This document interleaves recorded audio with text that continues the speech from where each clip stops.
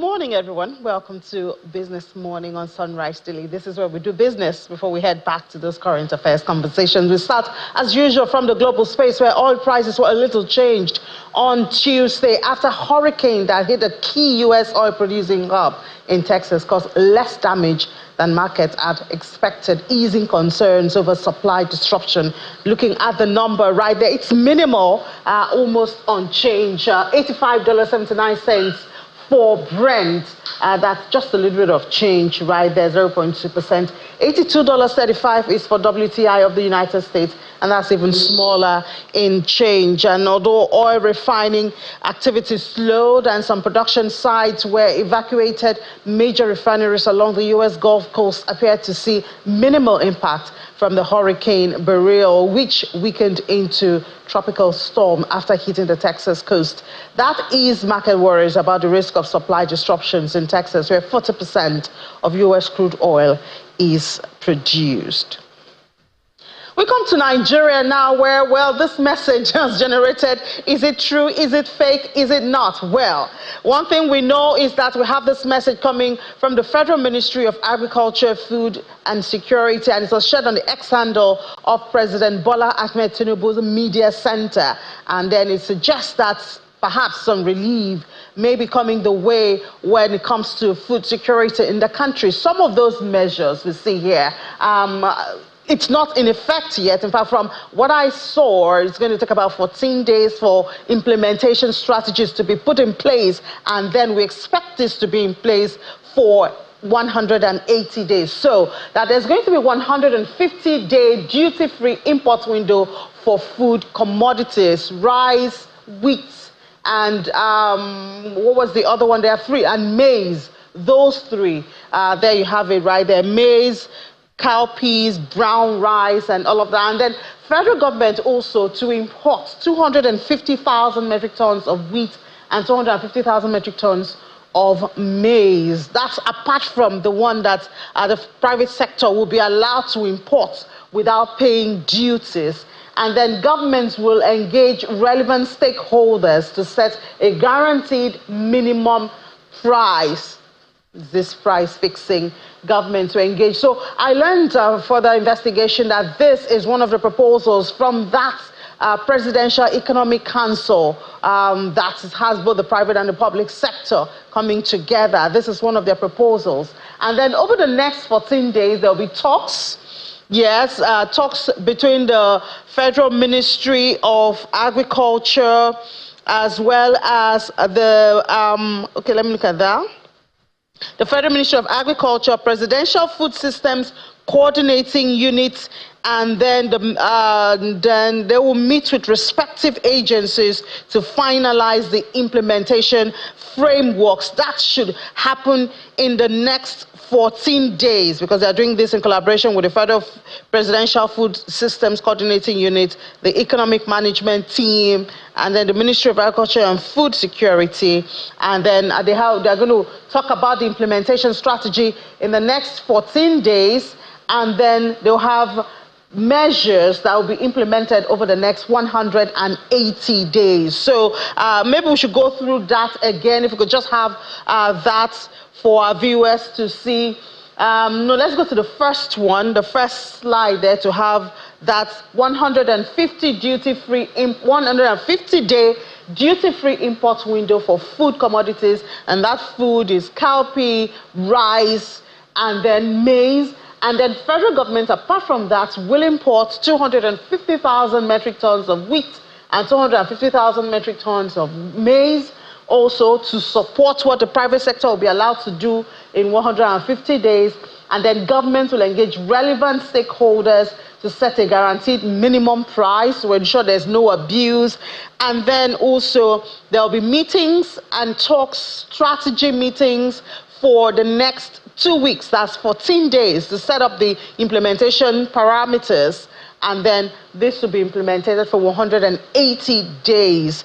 So we'll see what that does, but we're happy to see this, looking forward to that implementation strategy that will obviously be aimed at easing the strain on food supply in the country, even if it's for 180 days, but at least this should be a stepping stone to allow for maybe farmers and the stakeholders in that value chain to do more when it comes to food security.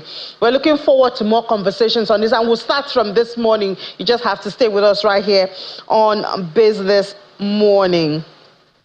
And then we go to the Naira. Of course, the Naira has a lot to do with this. The fall of the Naira will make things more expensive. But let's see how the Naira closed yesterday. At NAFEM, we saw that there was a drop, almost 1%, even worse than the day before. So it opened at 1,509 Naira, 67 kobo, but closed at 1,523 Naira, 85 kobo. That's almost 1% drop on the Naira yesterday. And then for NAFEX, it's almost unchanged, just very slight there. You see the drop from 73 kobo to 76 kobo. So that's why you have 0.0 there, but it's just a little bit drop right there.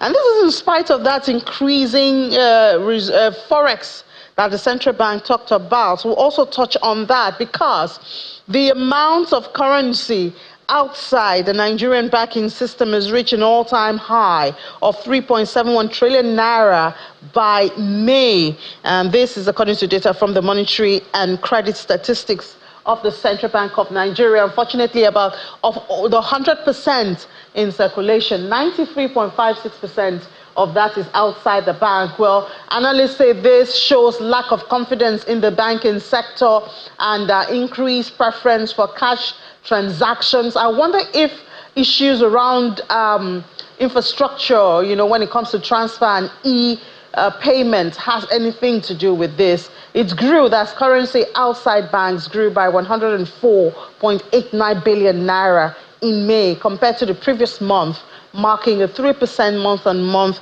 increase, I guess we have to look this way again, financial inclusion and promoting e-transactions. Well, not too far from that, we see that Nigeria's external reserve also increased. This is good news and should boost the Naira. Let's find out why it hasn't done that now. Nigeria's external reserve increased this time to a 13-month high. This is as at July 4, marking a 13-month high. And this record indicates the highest level of external reserve that is touched since the introduction of the unification policy. Let's talk about this with Dr. Bamfo. Dr. Josh Bamfo is a partner and head of the transfer pricing services practice at Anderson, Nigeria. Joins us from Virginia in the United States. Dr. Bamfo, thank you for your time this morning. Good morning. Good morning. Thanks for having me, Ini. Great. So we see our external reserve increase yet again, and we know the central bank has been telling us that inflows into the country has increased. Could you give us a bigger picture to help us understand how this is happening, this increase, and what we should expect, because it's supposed to be good news? All right. Clearly, this is good news for the economy. We all know that one of the major challenges we are facing in the economy when it comes to macroeconomic variables is the volatility of the exchange rate. And if the Central Bank of Nigeria is going to be successful in stabilizing the volatility of the exchange rate, they will need enough external reserves to be able to support whatever policy they want to implement within that particular market in terms of consistent supply of forex into the forex market. And having that buffer or increase in external reserves is a very good thing. There are a number of reasons, obviously. Obviously, we need to ensure that our exports are increasing or being sustained in a very high manner. That will be dependent on our export of crude oil, which is our main forex exchange earner. Also making sure that hopefully the global prices are stabilized. As you reported, the price per barrel is hovering around $86 per barrel, which is a good thing. In addition to that is the remittances that we receive from relatives and friends outside of the country coming through the appropriate channels into the foreign exchange market has been very important. And that's something that the Central Bank of Nigeria has done a good job with by dealing with the IMTOs and having policies to ensure efficient flow of forex into the foreign exchange market. So that's also a good thing. What we've also recognized is the portfolio capital injection report that we had for Q1 of this year, where there's been some significant demand for government bonds and treasury bills, bringing in some injection of forex. The last bit I will touch on a couple of loans. One is the Afrexim bank loan, which is a crude oil backed loan that Afrexim has made available to NNPC, and they've been dispersing this over time. That's around $3.3 billion. We know that the World Bank has also committed to inject about $2.25 billion to help the economy deal with some of the adverse impact of the key policies that they've implemented in recent times, which include the removal of fuel subsidy, as well as the unification of the foreign exchange window to make sure that we don't have a significant variance between the price of forex at the official market versus that of the prime market. So these are all significant sources of injection of external reserves, and it's good news to recognize that we've seen an increase in the value of external reserves in recent times. Just around April this year, I think it was around $32.11 billion. And today, as of July 4th, they've reported around $34.66 billion, which is a good outcome. I think what is even instructive will be the implications for the foreign exchange market. Are we going to have a situation whereby the Central Bank of Nigeria will be more committed to supplying forex and to deal with the forex shortage challenges? For me, I think that is going to be what we should be looking at for on a going forward basis. My belief is that the Central Bank of Nigeria should start placing a lot of focus on achieving that stabilization of the foreign exchange rate volatility, as much as they are committed to bringing the average prices of goods and services down by consistently increasing the monetary policy rate since they took over June 2023. And to do that, I hope that they will be able to commit to a particular narrow band that they're going to commit to ensuring that exchange rate falls within that narrow band. So, for example, we were all excited when the exchange rate started gaining and went towards $1,000 per $1,000 per dollar when it go to around 1,100. If they can commit to a particular band, let's say 1,100 to 1,200, 1,100 to 1,300, and be willing to intervene to achieve that, what that would achieve most importantly is to be able to curb speculative demand in the market. As long as speculators believe that in the short to medium term, the naira is going to weaken, they will always have an incentive to continue to buy when they believe that the price is low and sell when they believe that the price for forex is high. So what the central bank should be committed at doing now that they have a good buffer with the increase in external reserves is to be able to achieve some consistent rate that is stable, that is predictable, and can then curb some of these speculative activities. So for me, it's a good outcome that finally we are seeing some increases in the external reserves. It creates a buffer, and it enables the Central Bank of Nigeria to take some very strong policies relating to the exchange rate regime that usually has huge implications for the economy as a whole. All right, but Dr. Banfo, isn't it risky? Aren't we going to be running back to where we were when you say they should set a particular band, and try to pursue it, talking about the central bank now and the exchange rate? Wouldn't that be taking us back to where we were if they were to set a band and then pursue it? So the truth of the matter is, we are always going to be, as long as there's going to be some significant demand for forex, we'll need to meet that particular demand in order for us to have a stable exchange rate.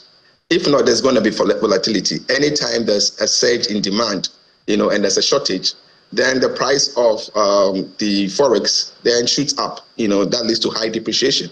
So the first thing is for the Central Bank of Nigeria to have an understanding of the real value of the naira against the dollar, right? And that can be done, by looking at the purchasing parity value of the dollar. Then they need to have some level of commitment in terms of some reasonable range within which they can manage, the value of the naira against the dollar. If we don't do that and we leave it purely to market forces, where there's significant speculative demand in the market, which we've not been able to control, then we're going to be at the whims of what the speculators do. Anytime they demand some significant amount of forex, there's going to be a significant depreciation of the naira against the dollar. And that volatility doesn't augur well for business planning. And as we all know, some of the reasons why some multinational enterprises have exited the economy is because of the volatility of the exchange rate and the fact that they cannot actually predict with some certainty and make any business plans, be it short-term to medium-term.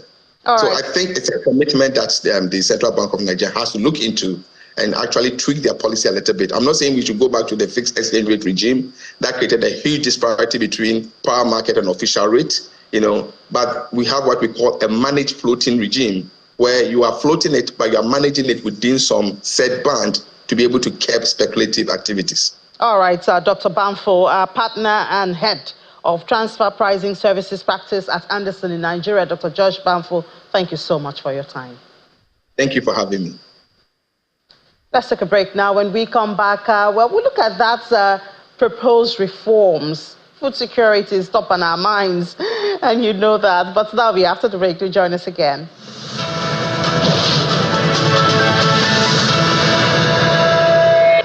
Welcome back. Yes, now let's look at those reforms again, proposed reforms. We haven't got a confirmation that is into implementation yet, but it's a proposal. At least we can refer to it at this time. And we'll be doing this with Dr. Ifeoma Nwokolo, Research Manager with Financial Derivatives Company. Dr. Nwokolo, thank you for your time. Good morning. Good morning. Thank you for having me. All right, great. So if we may start with some of those reforms, I think the top on the list there is that 150-day import-free duties for those, especially the grains, which we know is a major one. Share with us your thoughts and perspective. I know you've had conversations on this at Financial Derivatives Company. What are some of the expectations that we should be having from this? Okay, I quite agree with you that this innovation or policy implementation is going to go a long way in trying to curb the prices of food commodities. Because if taxes are taken away, duties are taken away from these staple commodities, we have the rice, we have wheat, we have maize, we have the cowpea. So you now calculate how many, if, for instance, we have 10% tax on rice. If 10% tax is removed from rice, it's going to have a trickle-down effect on the price of rice. If we filter into the prices of rice, so we're going to have, let's say, 10% reduction in the prices of rice. So it's going to go a long way in reducing prices of commodity. But let's not forget that this is temporary. It's just for about 6 months, I suppose. 180 days. 180 days, which is 6 months. So it's going to, then afterwards, what next? So yeah, but even before we go to afterwards, we just saw the value of the naira. It's still dropping. And if they're going to import, thankfully, no import duties, but they're still going to look for the FX to import. And if the value of the naira keeps dropping, eventually we might feel maybe very minimal impact of it. I quite agree with you. Even if the impact is going to be minimal, I know it's still going to be better than nothing. And the CBN is trying all they could to ensure that FX is stable. FX is stable. And if we see for quite some months, about 2 months now, the price of dollar has remained stable. We just have a little thick few days from now. So we believe that when they're able to fix these things and prices are stable and FX prices are stable, I know that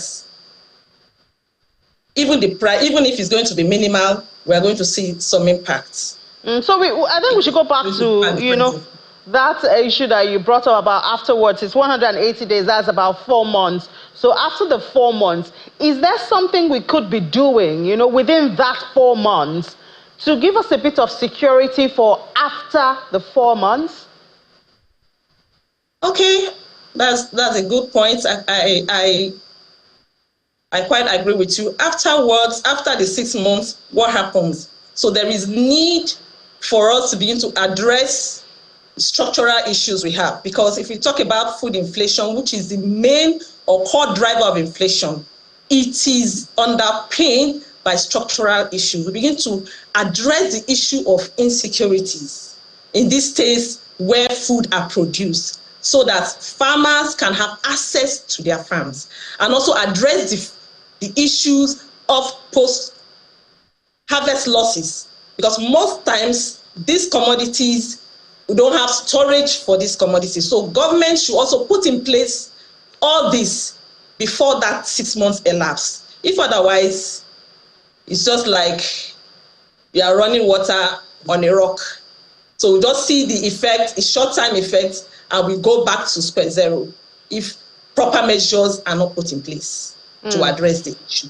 So, but at least for that period of 180 days, that's 6 months, not 4 months, how do we expect that to affect our inflation numbers, even if it's temporal? Of course, yes, we are going to see a shift, a downward shift in inflation numbers.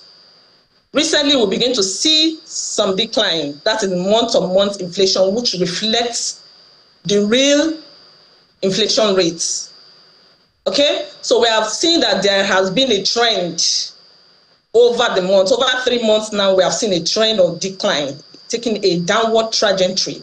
So it's going to have, at least on food, it's going to have impact. Food inflation is likely going to decline sharply before the end of the 6 months. There's going to be a sharp decline in food inflation, which will also impact the headline inflation.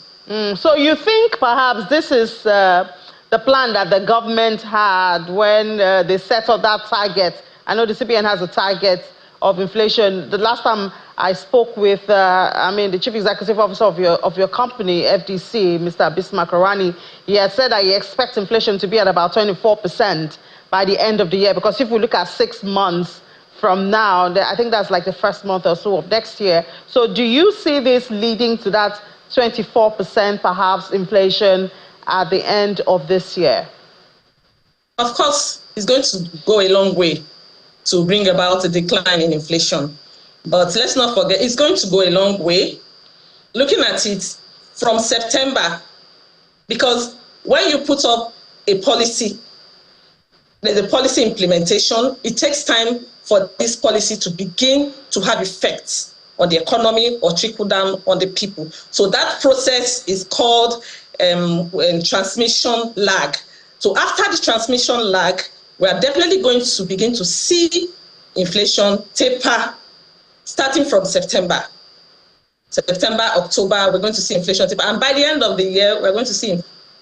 But Dr. Wokolo, I'll beg you to look at some other realities, because we see the fuel queues are back on the road. We hear stakeholders in the oil and gas saying that perhaps, not yet confirmed, that port prices also are increasing, and the price of petrol, that's energy cost, transportation cost. And that, of course, can also still feed into these inflation numbers. Perhaps we should have a bigger view of the picture. Yes, even though we are projecting there's going to be a fall, there are some factors that are going to derail this trend. And those factors are even the minimum wage, proposed minimum wage. Because when minimum wage is increased sharply without a corresponding increase in aggregate outputs, it's going to be a problem. All belts will be on loose. Then secondly, is this fuel issue. So if it continues like this, I'm sorry, we may not be able to achieve it. So these are the things that may really obstruct these projections. So all things being equal, the inflation prices are supposed to decline. However, they're supposed to, yeah. Yeah, go ahead. However, these factors are the things that will either make or mar projections. Then we have what What else we have? We have the fuel prices that we are seeing now. We have queues all over the place. So we don't know if this particular announcement by NNPC takes effect. I really do not know if we are going to meet that projections. Yeah, well, then the money supply is another big issue. Yeah, well, another element in the room, because we saw that money supply has incessantly been on the decline, even after February that interest rates was hiked. It came down from about 79% to 69%, like 10% decline. But afterwards, we begin to see that beginning to increase from 63 to 73 and now 78. So it's another big factor that, if not curtailed, these projections may not see the yeah, I guess as with almost everything in life, we have to be intentional. If we really want to, we cannot just make pronouncements and hope that the target will be met. But thank you so much for your time, Dr. Ifeoma Nwokolo, Research Manager at Financial Derivatives Company. Thank you for having me. All right, just before we head back, look at the numbers, the closing numbers for the market yesterday. It was the marginal down. It was the bear, but I mean, I was just glad that we didn't lose the 100,000 level. So we closed at 100,006. There you have it. It was really marginal, so we can forgive and say it's fine. Let's not look at the color. Yeah, so, and then then it was all green for the activity chart. Deals looked really good, and I bet banking contributed a huge part of that, as well as oil and gas. They're getting a lot of attention now. But there you have top trades, LLAs.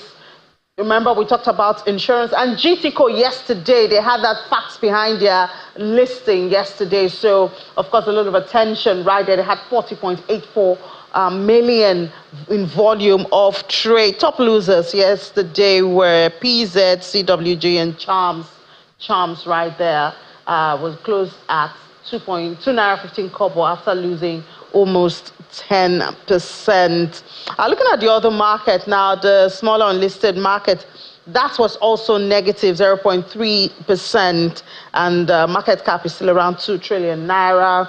Activity yesterday was more of red at the unlisted. I guess a lot of attention being taken away from it. Fixed income has been kind of quiet these days. I'm sure they'll come up. They have that auction that the federal government, I think the federal government bonds. Anita will give you more details during Business Incorporated at 1 p.m. You might be interested. It might be a good buy for you, a good place to, hedge against inflation. So that's why you don't have to miss 1 p.m. for Business Incorporated when we have full details of that. Laddie Williams will be here, Anita Edit. They'll give you full details, a full dose. 55 minutes of business, global business is what you have right there. But for me now, I'll hand you over back to the Sunrise Daily Studios.